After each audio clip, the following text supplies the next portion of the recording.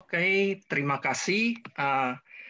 Kalau tadi Pak Isa itu bicara SPR pada permukaan lapisan emas, sekarang kita akan lihat SPR juga, tapi pada platform yang berbeda, bukan lapisan emas, tapi butiran emas, partikel emas yang sangat kecil.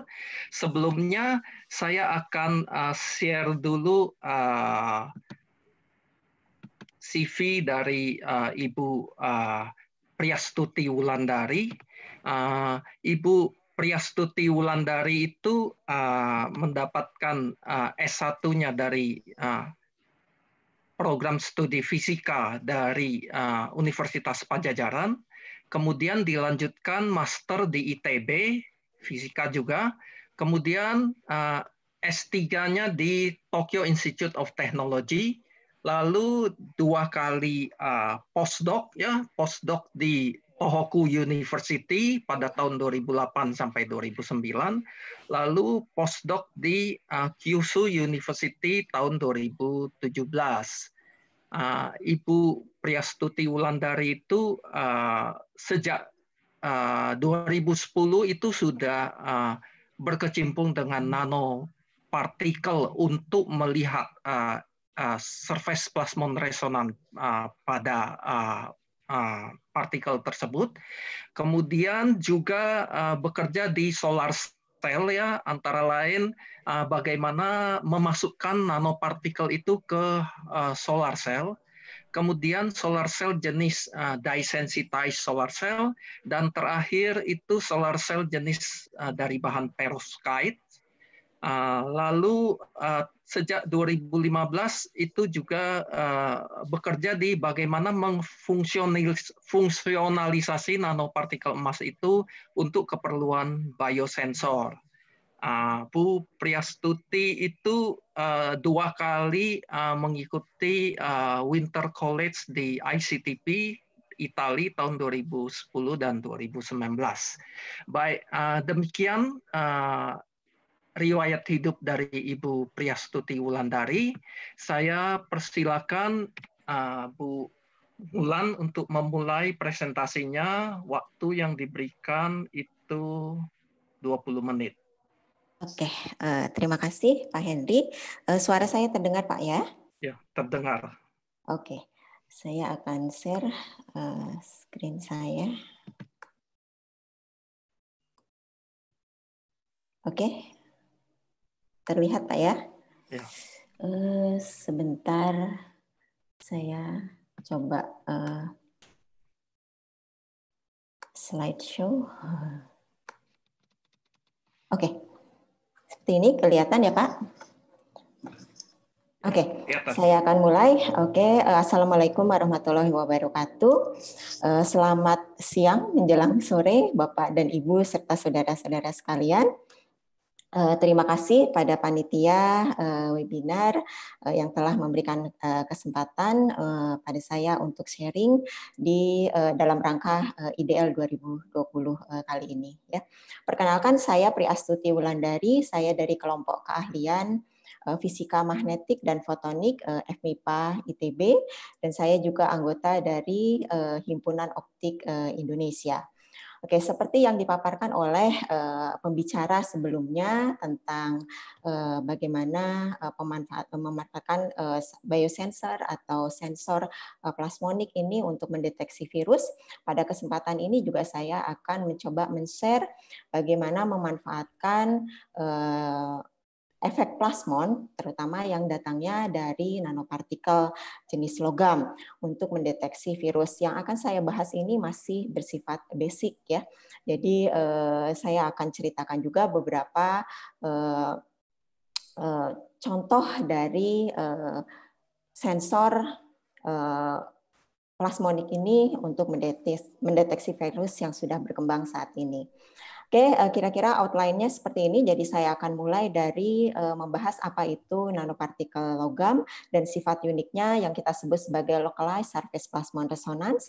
Kemudian saya juga akan jelaskan bagaimana cara mempersiapkan nanopartikel jenis logam ini untuk dimanfaatkan sebagai sensor.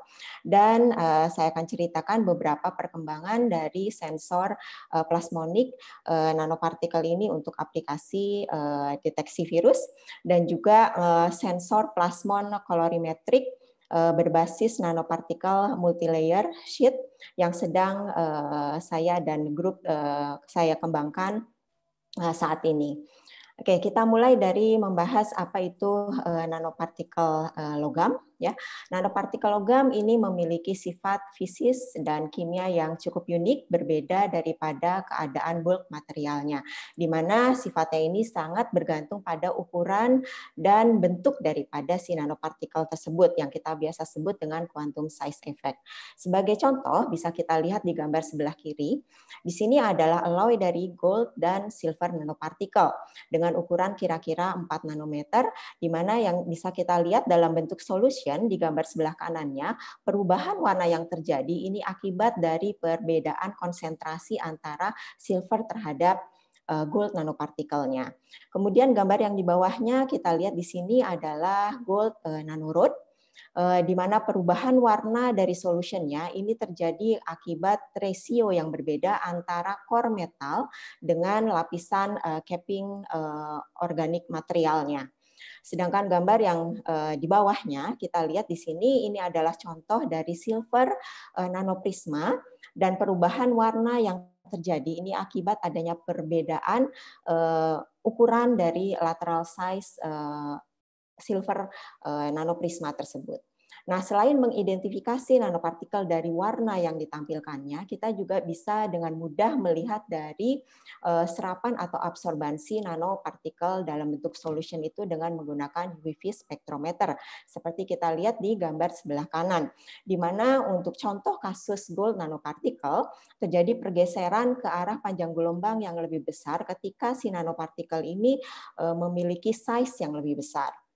Nah, satu hal yang penting lagi terkait dengan nanopartikel itu adalah capping material, di mana ketika kita melakukan sintesis, mempersiapkan nanopartikel ini untuk aplikasi selanjutnya, kita harus memilih capping material, di mana capping material organik ini dia memposisikan diri untuk melindungi si core metal. Core metal dari keadaan koagulasi maupun fusion dari metal nanopartikel tersebut. Akibatnya, spesifik properties dari nanopartikel itu ditentukan oleh ketebalan di lapisan atau permukaan daripada nanopartikel. Sebagai contoh, misalkan kelarutannya di dalam solvent tertentu atau efek localized surface plasmon yang akan saya jelaskan. Nah, jenis-jenis organik material yang biasa dipakai menjadi capping daripada nanopartikel ini itu biasanya diambil dari jenis karboksilat, kemudian gugus thiol, gugus nitrit, dan lainnya, atau bahkan bisa menggunakan biomaterial. Oke, nah saya harus jelaskan terlebih dahulu apa surface plasmon resonan tersebut.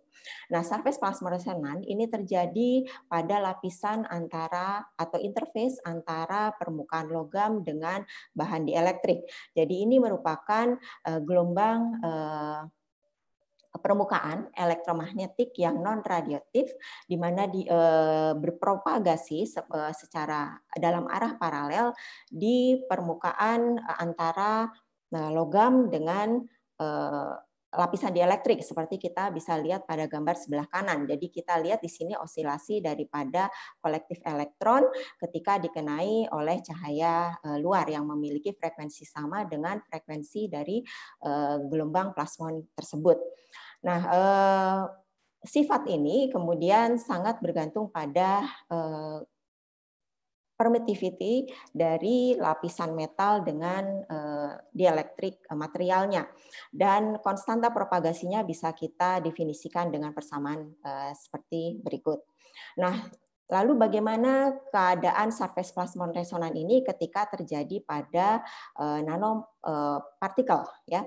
terutama jenis perak atau emas seperti kita lihat pada gambar di bawahnya.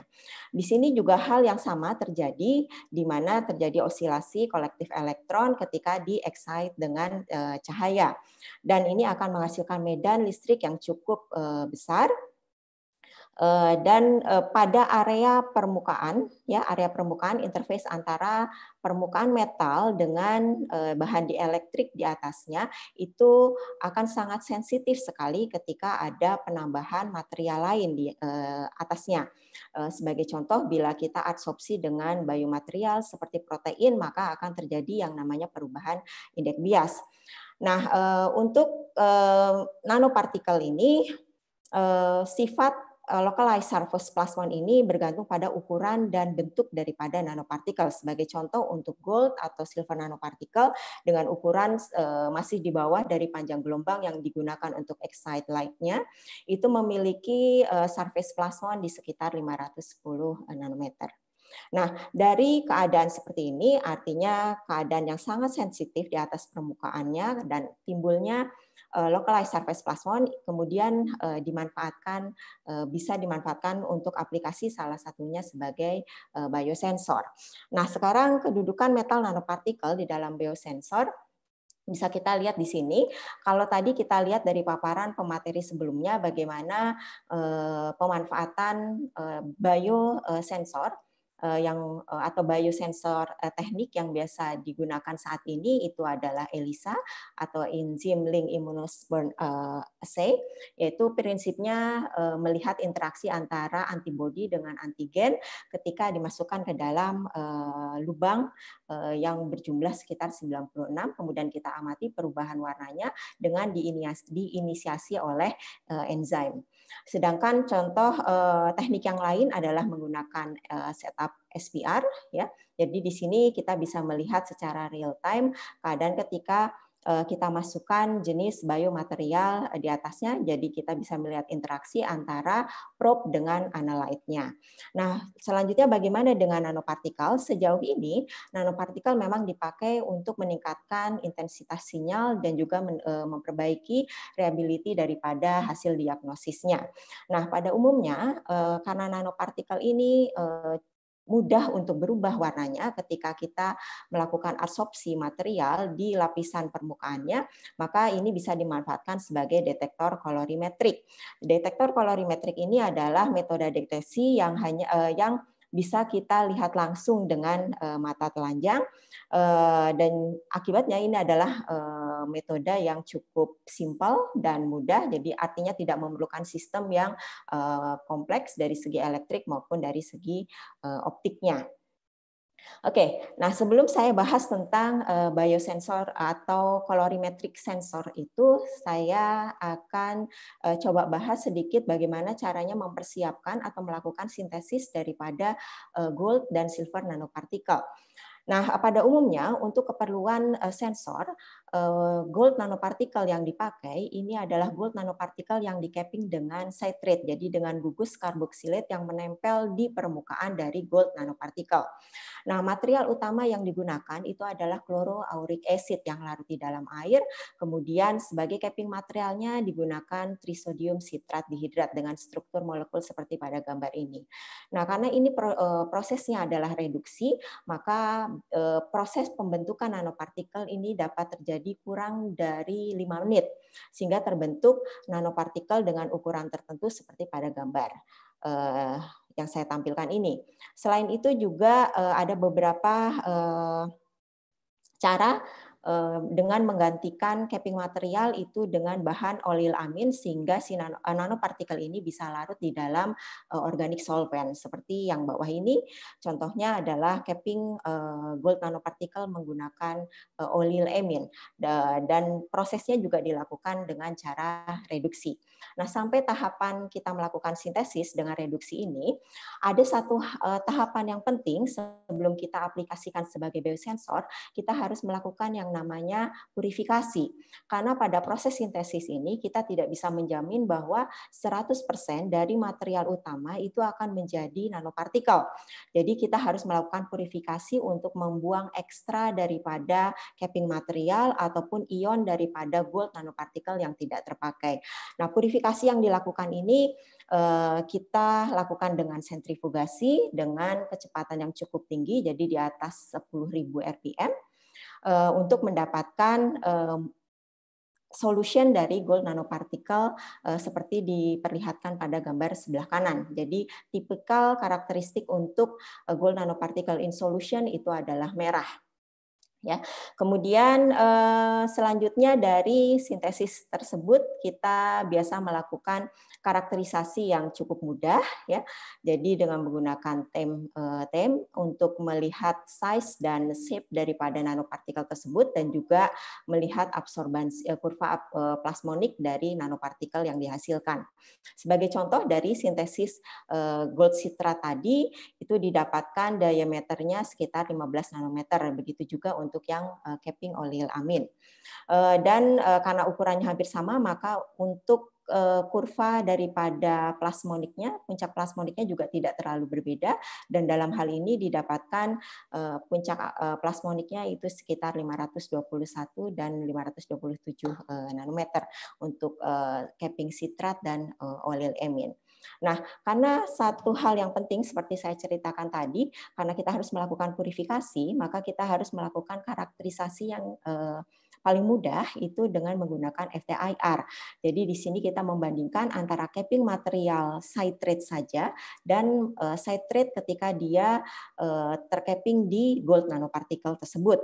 Nah, ternyata bisa kita amati di sini terjadi perbedaan peak position dan juga enhance dari peak tersebut akibat adanya localized surface plasmon. Seperti kita lihat di gambar yang bawah, mungkin tidak terlalu jelas, tapi seperti yang saya tunjukkan di sini, untuk ikatan karboksil, ternyata ini berbeda sekali ketika karboksil ini dia menempel di gold nanopartikel dibandingkan dia dalam keadaan free. Jadi karboksil ini bisa dikatakan dia sudah berada di lingkungan daripada si localized surface plasmon gold nanoparticle. Nah, setelah ini tercapai, baru kita bisa melakukan aplikasi selanjutnya sebagai sensor. Nah, ini saya akan ceritakan sekilas saja bagaimana untuk sintesis silver nanopartikel. Jadi sama, hanya suhunya yang digunakan lebih tinggi daripada gold nanopartikel. Nah, untuk silver nanopartikel yang sudah kita coba di lab ini menghasilkan ukuran sekitar 5 nanometer, jadi lebih kecil dibandingkan dengan gold nanopartikel dengan puncak absorbansinya di sekitar 427 nanometer. Oke, nah sekarang saya akan coba membahas beberapa perkembangan daripada aplikasi nanopartikel jenis emas untuk colorimetric sensor. Sebagai contoh yang pertama, ini adalah pemanfaatan gold nanopartikel untuk mendeteksi DNA sequence ya yang berbasis pada interaksi elektrostatik antara DNA dengan gold nanopartikel. Nah, tadi mungkin presenter sebelumnya sudah menjelaskan bahwa ada dua kondisi DNA, yaitu single strand DNA dan double strand DNA. Di mana untuk kasus yang ssDNA ini karena dia lebih terbuka, artinya dia mudah berinteraksi dengan gold, ya, akibat dia cukup open dibandingkan dengan yang dsDNA atau double strands karena dia mempertahankan bentuk helix structure-nya sehingga dia seolah-olah menggulung, akibatnya dia sulit berinteraksi dengan gold nanopartikel. Karena keadaan menggulung ini kita melihatnya dia sebagai muatan yang negatif karena dari gugus sulfatnya ya, sulfat daripada si DNA tersebut. Nah, akibatnya kita hanya bisa mengamati untuk keadaan yang ssDNA. Nah, mekanismenya secara sederhana seperti ini. Jadi setelah kita sintesis gold nanopartikel di capping dengan citrate, kita lakukan hibridisasi dengan ssDNA probe yang spesifik untuk pengamatan virus tertentu. Nah, untuk kasus ini virus yang akan diamati itu adalah virus SARS yang generasi pertama. Jadi sekitar ini papernya tahun 2004, jadi SARS untuk generasi yang pertama. Jadi target DNA-nya itu adalah DNA untuk virus SARS yang generasi pertama. Nah, kalau kita amati di sini ketika probe dengan targetnya itu match, artinya sama, maka dia akan berhibridisasi sehingga menimbulkan atau mengakibatkan adanya agregasi daripada nanopartikel. Dan ini ditandai dengan solution yang berwarna dari merah ke arah biru. Nah, ini bisa kita lihat dari gambar yang di bawah ini ya. Jadi solutionnya yang gambar sebelah kiri ini untuk keadaan nanopartikel saja. Kemudian yang sebelah kanan itu setelah ditambahkan atau dihibridisasi dengan DNA probe ya. Dan semakin ke kanan ini setelah ditempelkan target DNA. Jadi kita akan mendapatkan warna biru, artinya terjadi agregasi pada nanopartikel tersebut. Dan ini juga bisa diamati dari kurva UV vis-nya. Jadi setelah untuk gambar yang pertama kita masih bisa melihat dengan jelas puncak plasmoniknya, tapi setelah ditempel dengan target DNA dia terjadi penurunan puncak plasmonik ya, karena terjadinya agregasi pada nanopartikel tersebut. Dan yang di bawah ini adalah proses dehibridisasi, jadi kita lakukan pencampuran antara DS dan ssDNA, dan ketika ssDNA-nya itu semakin banyak maka kita akan mendapatkan warna yang merah, artinya gold nanopartikel ini stabil di dalam larutan.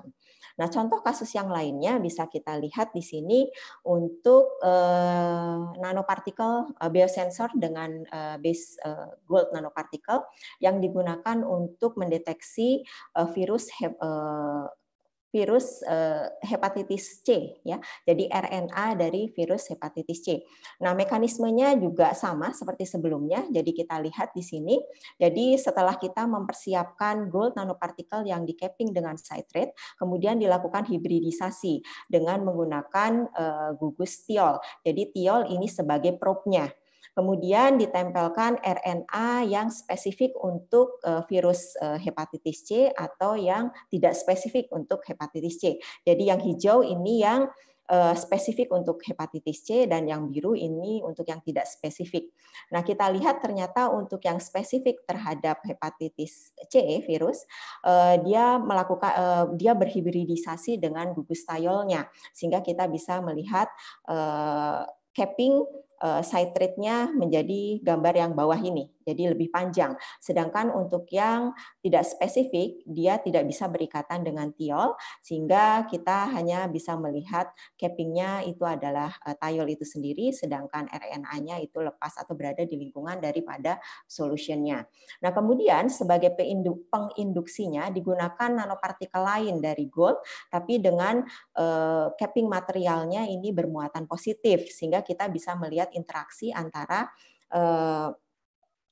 material capping dengan gold nanopartikel yang bermuatan positif. Sebagai contoh, misalkan yang atas, ini karena bagian luarnya ini muatan negatif daripada si thiolnya, kemudian kita campurkan gold nanopartikel yang bermuatan positif, maka terjadi interaksi antara gold penginduksi dengan capping material ini, sehingga antara gold di bagian utama dengan gold nanopartikel pendatangnya ini akan saling berdekatan dan akhirnya dia akan beragregasi, dan ini ditandai dengan solution yang berwarna biru. Sedangkan untuk kasus yang kedua yang menggunakan spesifik RNA untuk virus, di sini kita lihat bahwa akibat adanya hibridisasi, maka kation positif dari gold penginduksinya ini memiliki jarak atau terhalang oleh kehadiran RNA ini, sehingga ini menjaga kestabilan daripada gold nanopartikel di dalamnya.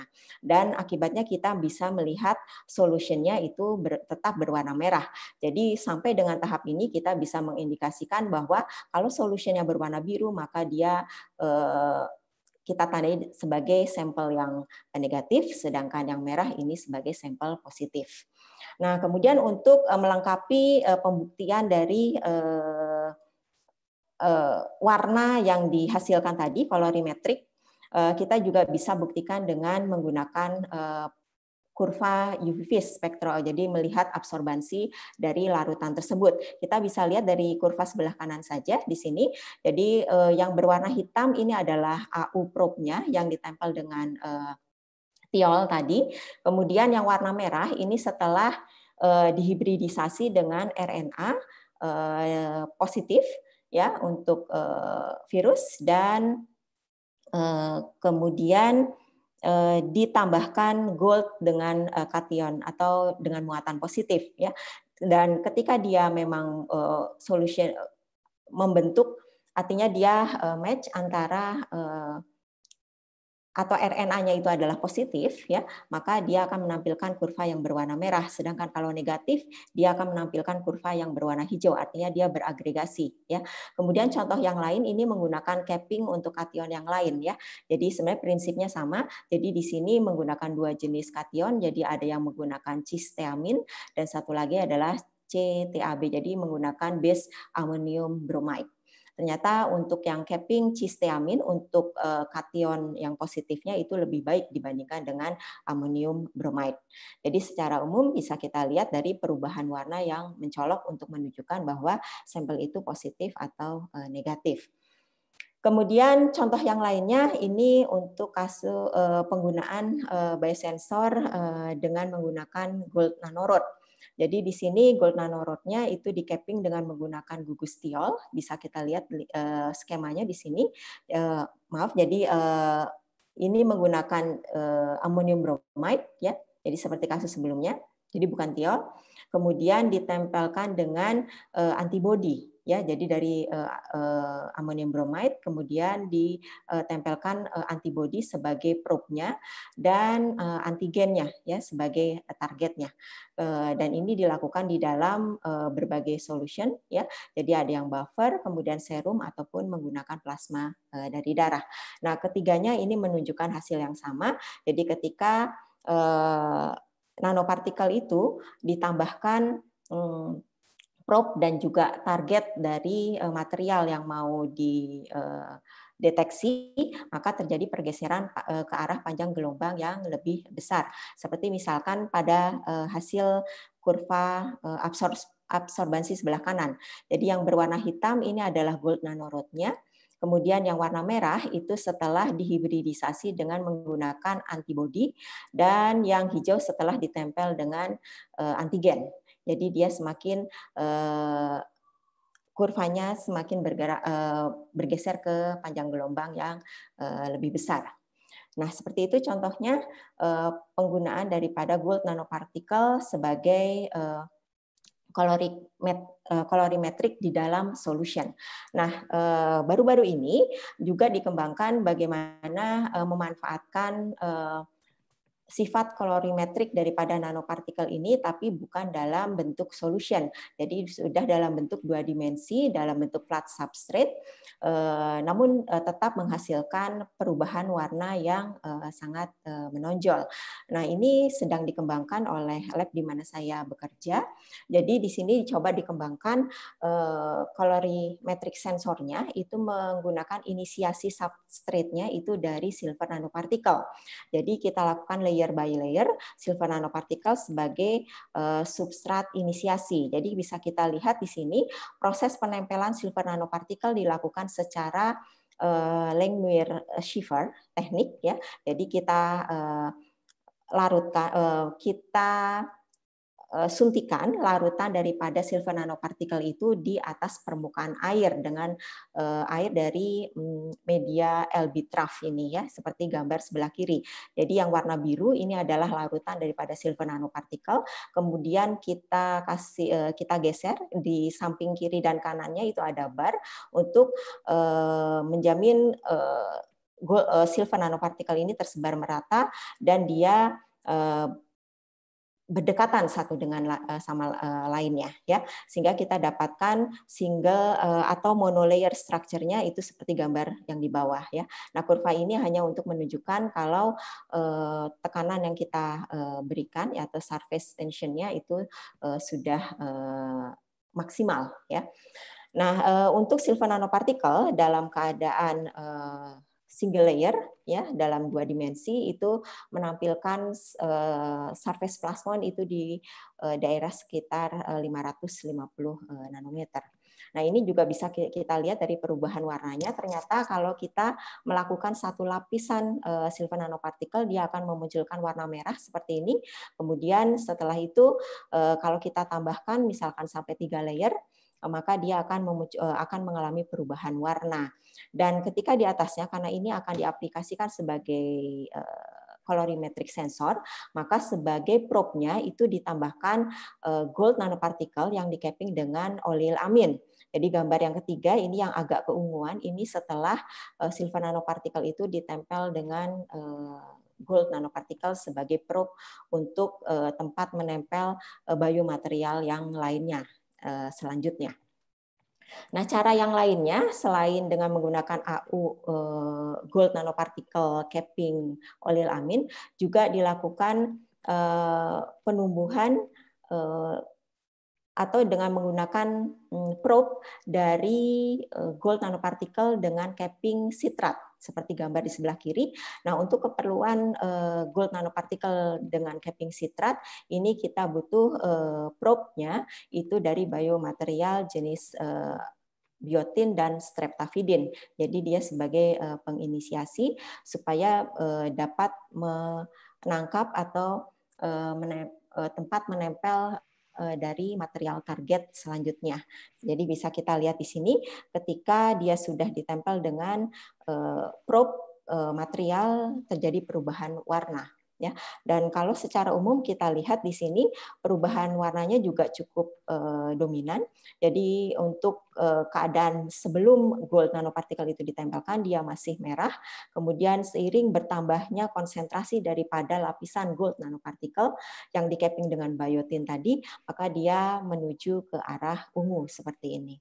Dan disertai dengan adanya pergeseran puncak plasmonik. Ya. Mohon maaf Bu, waktunya sudah habis. Ya. Sudah selesai, satu slide lagi Pak. Jadi ini sebagai bahan perbandingan saja kalau kita tidak menggunakan silver nanopartikel sebagai lapisan penginisiasi, maka perubahan warna yang terjadi tidak begitu dominan. Jadi memang hal utama yang harus dilakukan kalau kita membuat biosensor dengan 2 dimensi, itu kita harus mempersiapkan lapisan inisiasinya yang cukup baik. Nah, kira-kira itu yang bisa saya sampaikan pada kesempatan ini. Silahkan jika ada pertanyaan. Ya, baik. Terima kasih Bu Wulan atas presentasinya yang menarik mengenai penggunaan nanopartikel untuk berbagai mendeteksi berbagai virus, bagaimana penyiapan preparasi materialnya dan sebagainya. Saat ini ada beberapa pertanyaan yang masuk dari Institut Teknologi Sumatera, ya Pak Lukman, Pak Mulyadi Ramli dari Syahkuala, Pak Sandi, Dian Sandi dari UI, Pak Faldi dan Pak Suhandoko dari ITB, lalu Ibu Lucy dari Institut Teknologi Kalimantan.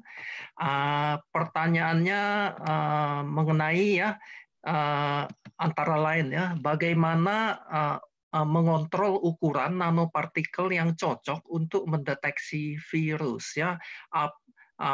Jadi bagaimana mendeteksi virusnya? Apakah hanya bersifat memakai optical spektroskopi saja ya? Kemudian apakah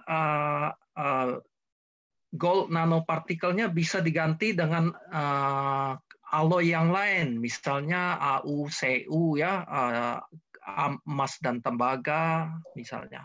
Kemudian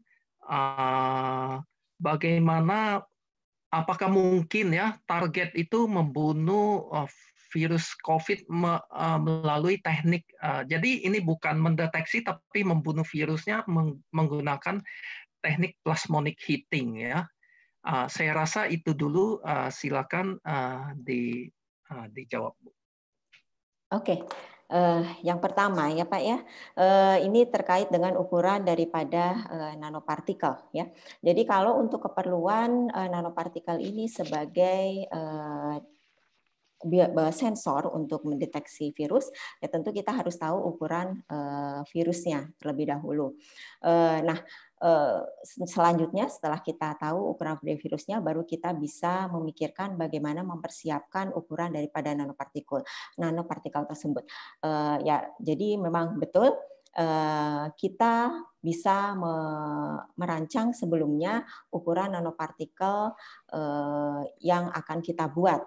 Nah, ukuran nanopartikel itu sangat bergantung pada banyaknya atau konsentrasi dari core metal sebagai material utamanya. Ya, kalau misalkan kalau untuk gold nanopartikel itu menggunakan chloroauric acid, kemudian selain core metalnya yang harus kita pikirkan juga adalah konsentrasi daripada capping materialnya.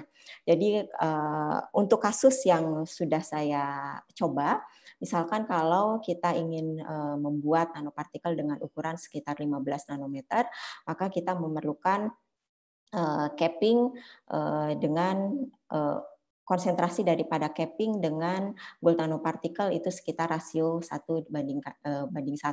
Kemudian kalau untuk gold nanopartikel yang lebih besar ukurannya, maka kita harus memikirkan juga berapa konsentrasi daripada gold dan juga cappingnya. Terlebih lagi kalau kita mau coba jenis capping yang lain, misalkan selain citrate menggunakan olil amin atau menggunakan thiol, maka kita harus pikirkan hal tersebut, baik itu secara stokiometri maupun cara kimiawi yang lainnya. Ya. Namun sejauh ini yang sudah saya coba itu baru membuat nanopartikel emas dengan ukuran sekitar range-nya antara 10 sampai dengan 50 nanometer. Seperti itu untuk pertanyaan pertama. Kemudian bagaimana kemungkinan kalau diganti dengan nanopartikel logam jenis yang lainnya. Ya, di sini banyak orang melakukan atau peneliti menggunakan nanopartikel karena nanopartikel ini dia mempunyai plasmonik atau kurva plasmonik di daerah cahaya tampak. Karena ini untuk keperluan colorimetric sensor, maka kita akan mencari daerah-daerah yang memang bisa kita lihat secara mata langsung. Jadi salah satunya itu adalah gold nanopartikel. Bahkan meskipun saya kembangkan silver nanopartikel, sejauh ini juga belum banyak dikembangkan sebagai colorimetric sensor, kecuali sebagai penginisiasi yang saya jelaskan tadi. Jadi memang sejauh ini masih orang masih banyak berkecimpung menggunakan gold nanopartikel. Seperti itu pertanyaan yang kedua. Pertanyaan yang ketiga itu apa ya tadi Pak ya? Membunuh virusnya. Oh oke. Kemungkinan untuk jadi bukan untuk mendeteksi virus tapi membunuh virusnya. Ini sebenarnya juga sedang jadi ada suatu studi yang saya lakukan bersama rekan di KK, bagaimana kemungkinan pemanfaatan nanopartikel ini untuk membunuh virus yang berada di area daripada localized surface plasmon dengan salah satunya menggunakan pemanasan. Dari beberapa literatur memang ada studi tentang ini, jadi dilakukan pemanasan untuk membunuh virus dengan suhu tertentu ya, suhu daripada karakteristik gold nanopartikel itu sendiri dan juga capping materialnya. Nah, memang ada kemungkinan untuk itu, namun sejauh ini memang kita masih coba kembangkan itu juga. Itu. Ya, baik. Terima kasih, Bu Wulan. Masih ada beberapa pertanyaan, tapi karena waktu kita nggak memungkinkan, kita akan tutup sesi ini. Kami mengucapkan terima kasih kepada Bu Wulan. Saya kembalikan kepada pembawa acara.